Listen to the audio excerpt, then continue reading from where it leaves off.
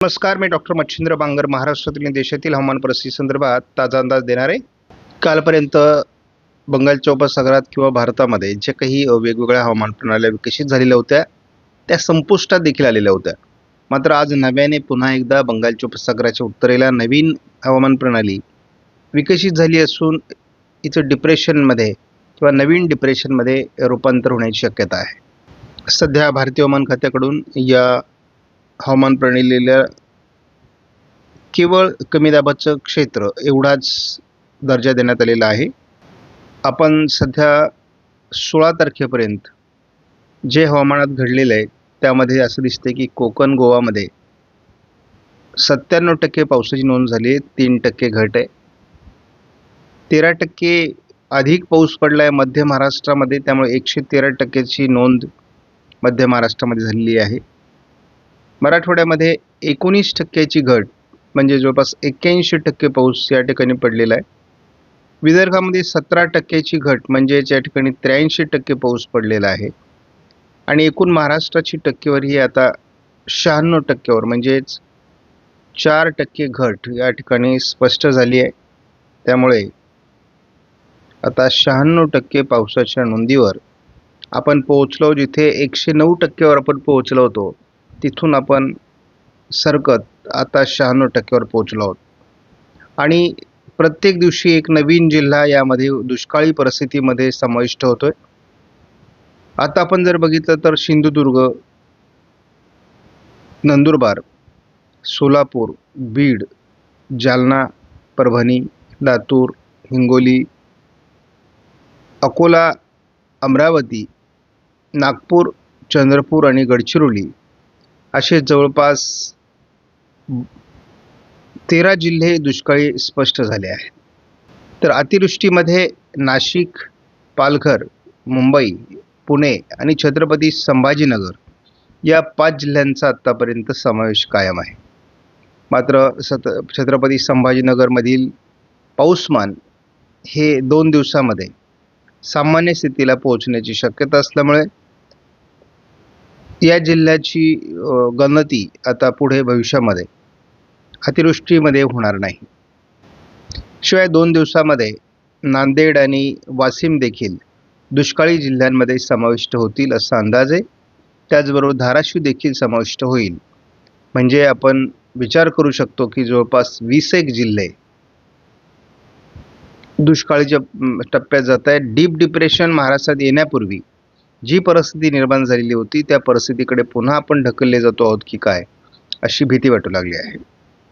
देशातील परिस्थितीमध्ये पुन्हा एकदा विदर्भ जो कालपर्यंत सर्वसामान्य पावसाचा होता तो आता दुष्काळी दिसू लागला आहे. त्यामुळे देशाच्या पटलावर देखील महाराष्ट्रातील दुष्काळ आता स्पष्ट दिसू लागलाय. लवकरच मराठवाड्यातील दुष्काळाचे चित्रसुद्धा स्पष्ट होईल. त्यामुळे महाराष्ट्रात विदर्भ मराठवाड्यामध्ये दुष्काळी परिस्थिती आहे हे देश पातळीवरही स्पष्ट होण्यास सुरुवात होणार आहे. तेच आपण बघतो. 13% घट दाखवण्यात आलेली आहे म्हणजे 87% पाऊस देशामध्ये नोंदला गेला आहे. नवीन डिप्रेशन किंवा कमी दाबाचं क्षेत्र बंगालच्या उपसागरात तयार झाल्यामुळे पुन्हा एकदा पश्चिम बंगाल, ओरिसा, छत्तीसगड, झारखंड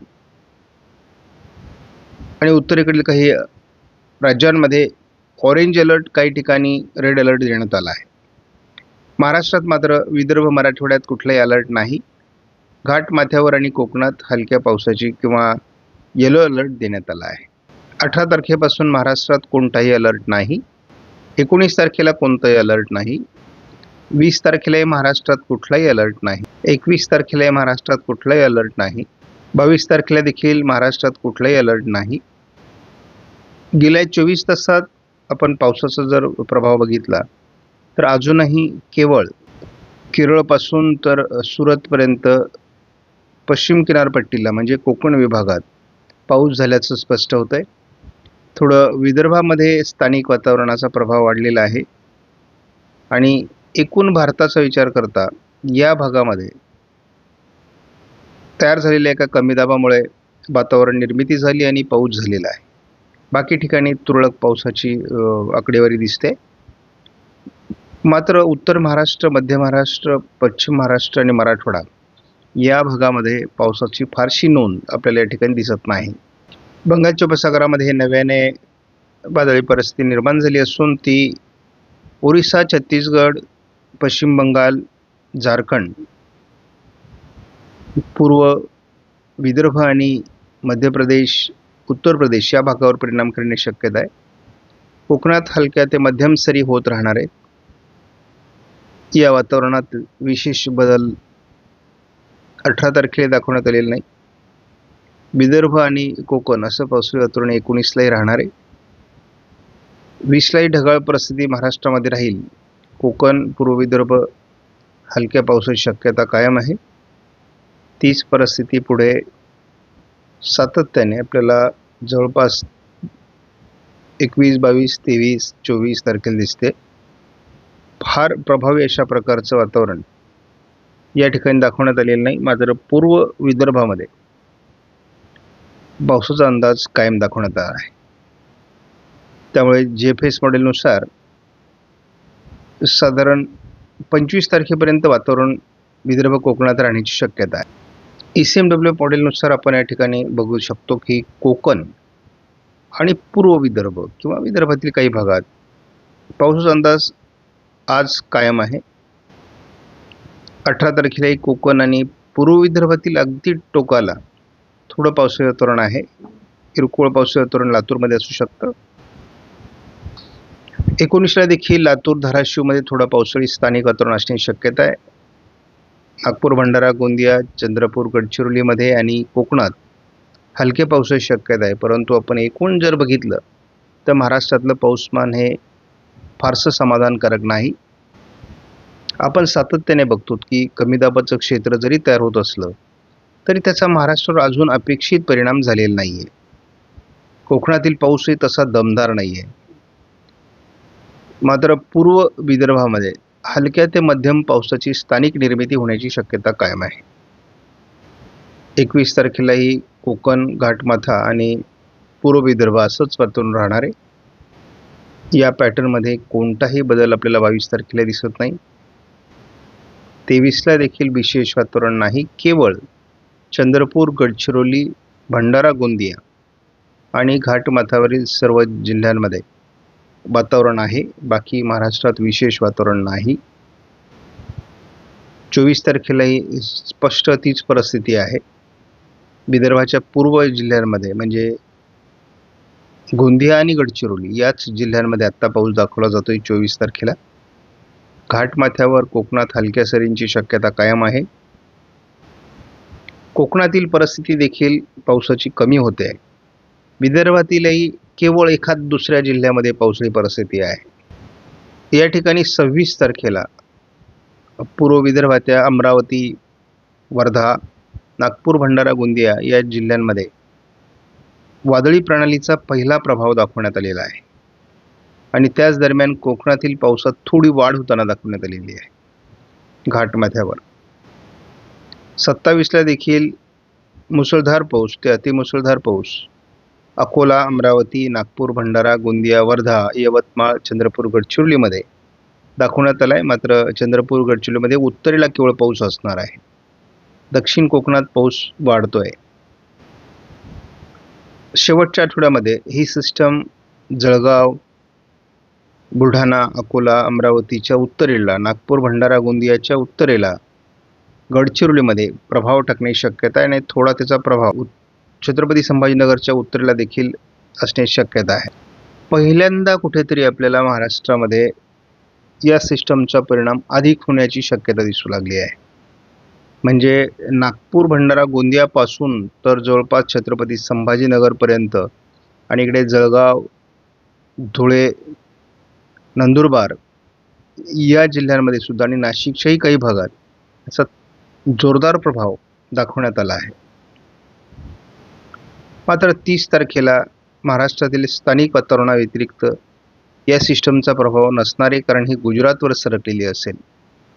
हा दूरचा अंदाज आहे. या अंदाजामध्ये बदल होऊ शकतो, परंतु शेवटच्या आठवड्यात थोडंफार वातावरण महाराष्ट्रातील उत्तरेकडील भागात जाणवू लागला आहे. बाकी महाराष्ट्रात फार समाधानकारक पाऊस होईल असं वाटत नाही. दरम्यानच्या काळात कोकण किनारपट्टी आणि घाटमाथ्यावर पावसाळी क्षेत्र कायम राहण्याची शक्यता आहे. बंगालच्या उपसागरात वेगवेगळ्या वादळी प्रणाल्या विकसित होत आहेत, परंतु त्या अति उत्तरेला विकसित होत आहेत आणि या जेव्हा पुढे सरकत आहेत तेव्हा त्या ओरिसा, छत्तीसगड, अगदी बिहार, उत्तर प्रदेश या भागातून पुढे सरकत आहेत. म्हणजे अजून त्यांचा परिणाम महाराष्ट्रावर होण्याइतकी परिस्थिती अनुकूल नाही. जोपर्यंत या सिस्टम बंगालच्या उपसागरात बनून महाराष्ट्रावर येत नाहीत तोपर्यंत आपल्याला समाधानकारक पावसाची शक्यता नाही. आणि अशा परिस्थितीत पिकं वाचवणं ही कठीण गोष्ट आहे. ज्यांच्याकडे पाणी उपलब्ध आहे त्यांनी पाण्याचा वापर पिकांसाठी करणं आवश्यक आहे. पिकांना वाचवणं आवश्यक आहे, कारण ही वेळ निभावणं आवश्यक आहे. चांगल्या प्रकारचे सिस्टम बनत आहेत, परंतु महाराष्ट्राच्या खूप दूरवरून ते जात आहेत. तरी देखील 27, 28, 29ला या सिस्टमचा थोडा परिणाम महाराष्ट्रात होऊ शकतो असा अंदाज आहे. सध्या आपण धावता अंदाज बघूयात या मॉडेलचा. घाटमाथ्यावर पावसाची शक्यता आहे. थोडी विदर्भातील काही जिल्ह्यांमध्ये स्थानिक वातावरणाची शक्यता आहे आज. पर मराठवाडा, पश्चिम महाराष्ट्र या भागात फारसं वातावरण दाखवण्यात आलेलं नाही. उद्या मात्र थोडं लातूर, धाराशिवच्या परिसरामध्ये स्थानिक वातावरण असण्याची शक्यता आहे. घाटमाथ्यावर कोकणात आणि मध्य महाराष्ट्रात पावसाचा अंदाज कायम आहे. त्याचबरोबर आपण बघतो की फारसं समाधानकारक वातावरण नाही आहे. गडचिरोली, वर्धा, नागपूर, भंडारा, गोंदिया याच्या काही भागात स्थानिक वातावरण आहे. फार प्रभावी अशी कुठलीही हवामान प्रणाली या ठिकाणी नाही. त्यामुळे चिंता वाढवणारा अशा प्रकारचा ऑगस्टचा अंदाज आहे.